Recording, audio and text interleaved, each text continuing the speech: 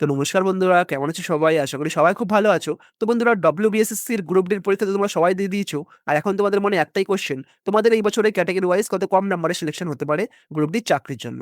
ওকে? তো বন্ধুরা দেখো, তোমাদের WBSSC গ্রুপ ডির ক্যাটেগরি ওয়াইজ কাট অফ কত হতে পারে সেটাই বলতে চলেছি। তোমাদের গ্রুপ ডির পরীক্ষা হয়েছে এই বছরে 40 নাম্বারে। ওকে? তো এই 40 নাম্বারের মধ্যে ধরো তুমি ইউ আর ক্যান্ডিডেট, মানে তুমি জেনারেল ক্যান্ডিডেট। তো তোমাকে এই 40 এর মধ্যে কত পেলে তোমার সিলেকশন হবে গ্রুপ ডি চাকরির জন্য সেটাই বলতে চলেছি। আর সবার কিন্তু সিলেকশন প্রক্রিয়া সেম না। যার যেমন ক্যাটেগরি তার তেমন নাম্বারে সিলেকশন হবে। তো ইউআরদের কত নাম্বার লাগবে সিলেকশনের জন্য, ওবিসি এ তে কত নাম্বার লাগবে, ওবিসি বি তে কত নাম্বার লাগতে পারে, এসসি তে কত নাম্বার লাগবে, এসটি তে কত নাম্বার লাগতে পারে, ইডব্লিউএস এ কত নাম্বার লাগবে আর লাস্ট পিডব্লিউডি তে কত নাম্বার লাগবে। তো সবকিছু আজকের ভিডিওতে বলতে চলেছি। আর এই যে ক্যাটেগরি গুলো, এই ক্যাটেগরির মধ্যে তুমি কোন ক্যাটেগরি থেকে বিলং করো কমেন্ট করে অবশ্যই জানিও। আর সবথেকে ইম্পোর্টেন্ট, তোমাদের WBSSC-র গ্রুপ ডি আর গ্রুপ সি এর রেজাল্ট কবে আসতে পারে?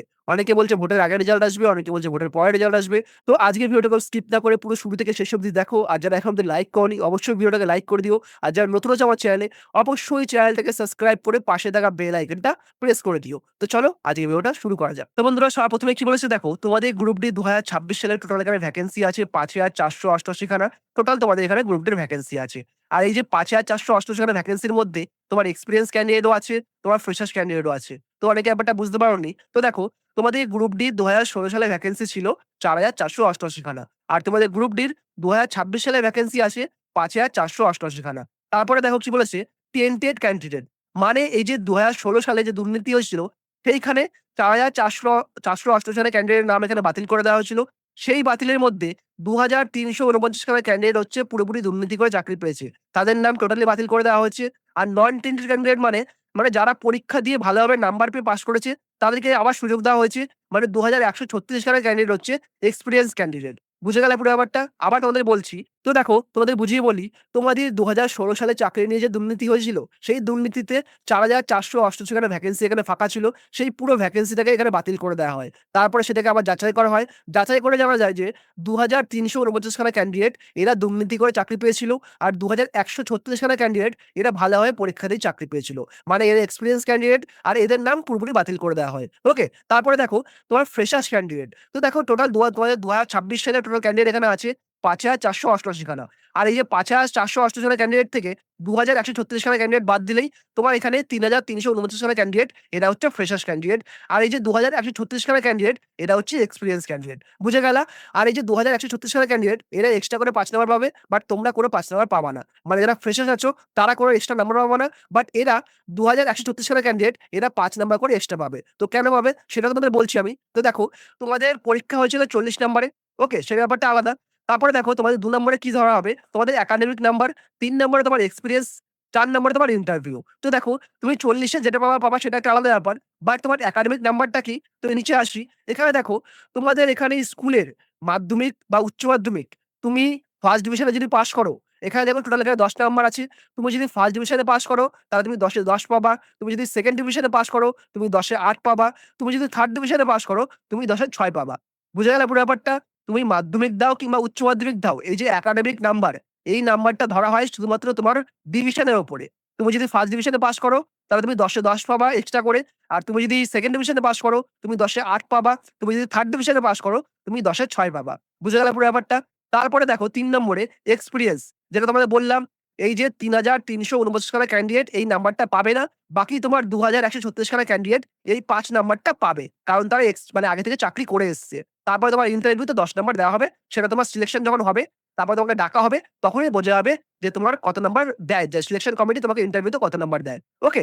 তো এবার দেখো, তোমাদের সবথেকে যে ইম্পোর্টেন্ট টপিকটা সেটা হচ্ছে তোমাদের এই যে WBSSC গ্রুপ ডির তোমার ক্যাটেগরি ওয়াইজ কাট অফ কত হতে পারে। মানে ইউআরদের কত নাম্বার দেওয়া হবে, ওবিসি তে কত নাম্বার লাগবে মানে সিলেকশন করার জন্য, ওবিসি বি তে কত নাম্বার লাগবে, এসসি তে কত নাম্বার লাগবে, এসটি তে কত নাম্বার লাগবে, আর ইডব্লিউএস এ কত নাম্বার লাগবে, আর পিডব্লিউডি তে কত নাম্বার লাগবে। ওকে? তো বন্ধুরা, এবার দেখে নাও তোমাদের WBSSC গ্রুপ ডির ক্যাটেগরি ওয়াইজ কাট অফ কত হতে পারে ২০২৬ সালে। তো দেখো, সবার প্রথমে ইউআর ক্যান্ডিডেট মানে যারা জেনারেল আছো, তোমাদেরকে মিনিমাম গ্রুপ ডি তে ৪০ 40-এর মধ্যে 35-37% নাম্বার পেতেই হবে। মানে 35-37 নাম্বার পেতেই হবে। আর যারা ওবিসি এ আছো তোমাদেরকে মিনিমাম 40-এ 32-35 পেতেই হবে।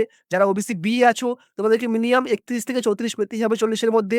আর এসসি আর এসটি একই ধরা হয়, বেশি ডিফারেন্স থাকে না। তাই এসসিতেও 30-35 আর এসটিতেও 30-35 40-এর মধ্যে তোমার নাম্বার পেতে হবে। আর যারা ইডব্লিউএস আছো তোমাদেরকে সবথেকে কমে 29-34 নাম্বার তোমার পেতেই হবে। আর যারা পিডব্লিউডি আছো তোমাদেরকে সবথেকে কমে 28-33 নাম্বার পেতেই হবে 40-এর মধ্যে। তো বন্ধুরা এই ছিল পুরো 2026 সালের ক্যাটেগরি ওয়াইজ নাম্বার সিলেকশন। আর এটা পুরোপুরি আমার যেটা মনে হয়েছে রিসার্চ করে আমি তোমাদের সেটাই বলেছি। এর কমও হতে পারে, এর বেশিও হতে পারে।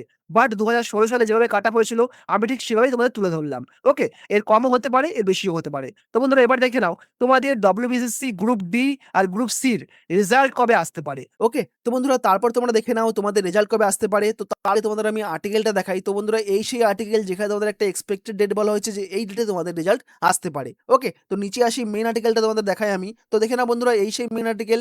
ডব্লিউবিএসএসসির chairperson Siddhartha Majumdar sir recently একটা ডেট অ্যানাউন্স করে। সেই ডেটটা হচ্ছে তোমাদের বিফোর জুলাই। বাট আমার যতদূর মনে হয় বন্ধুরা সামনে ভোট আছে, তোমাদের জুলাই মাসে আসার কথা না, শিওর না আমি। বাট তোমাদের সেপ্টেম্বরের লাস্টের দিকে না হলে অক্টোবরের ফার্স্টের দিকে তোমাদের এখানে রেজাল্ট অ্যানাউন্স হয়ে যেতে পারে ফাইনালভাবে। ওকে, তারপরে কি বলেছে আপনাকে দেখে নাও। পরীক্ষা খুবই স্মুথলি গেছে, কোনো কোনো সমস্যা এখানে হয়নি।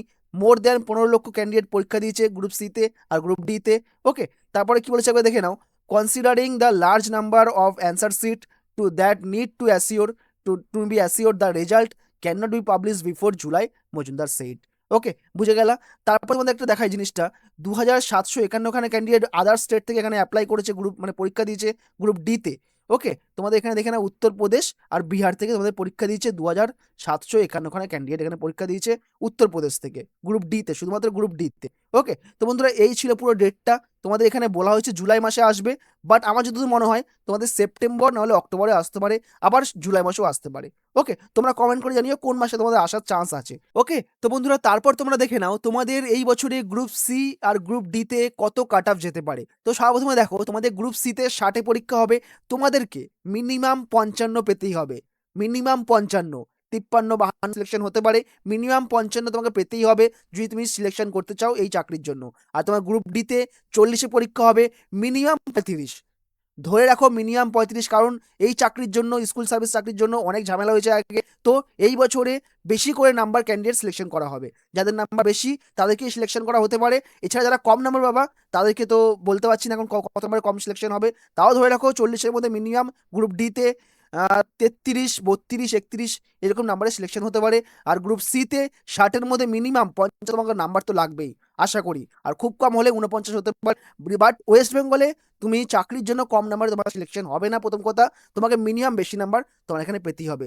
রিসেন্টলি তুমি গ্রুপ ডিতে ওই জিডি, সরি গ্রুপ ডি কেন বলছি, জিএস এর রেজাল্ট তুমি দেখতে পারো, মেরিট লিস্ট দেখতে পারো, সবার নাম্বার 100, সবার নাম্বার 100। তো এরকমও হতে পারে এখানে তোমার যে ডব্লিউএসএসসির যে পরীক্ষাটা গ্রুপ সি আর গ্রুপ ডিতে মিনিমাম তোমার 60-এ 55, আর মিনিমাম তোমার গ্রুপ ডিতে মিনিমাম 40-এ তোমাকে 35 নাম্বার এখানে পেতেই হতে পারে যদি তোমার নাম্বার, যদি তোমার নাম সিলেকশন করতে চাও তাহলে। ওকে, আর তোমরা কমেন্ট করে অবশ্যই জানিও তোমরা গ্রুপ সি আর গ্রুপ ডিতে কত পার্সেন্ট নাম্বার সঠিক করেছো, মানে কত পেতে পারো, কমেন্ট করে অবশ্যই জানিও। আর প্রতি বছরের মতো এবছরও আন্ডার কাটিং তো অবশ্যই হবে।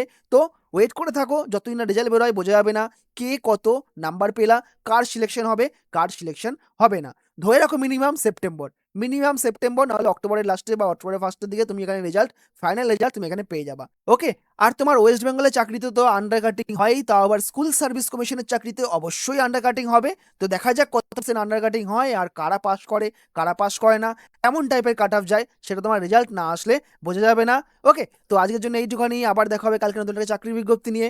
সবাই ভালো থাকো, সুস্থ থাকো, tata, bye bye, take care.